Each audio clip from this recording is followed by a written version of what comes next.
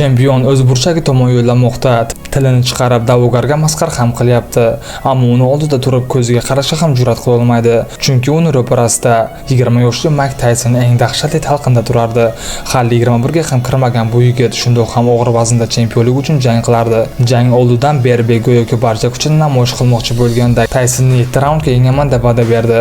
Ammo Mikening rejasi boshqa edi. U raqibni ilk daqiqadayoq yo'qotishni maqsad qilgan. Trevor esa juda katta xatoga yo'l qo'ydi. U Temur Tyson bilan o'zaro zarba almashuvga kirishdi. Bu jinoyat bilan teng qaror edi. Jangning ikkinchi raundida Mike Berbikni kuchli kombinatsiya bilan knockdownga uchratdi.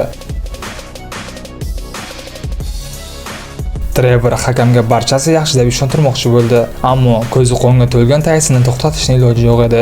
Uni qisqa chap huki raqibni bir zarbada 3 marta yerga yiqitgan.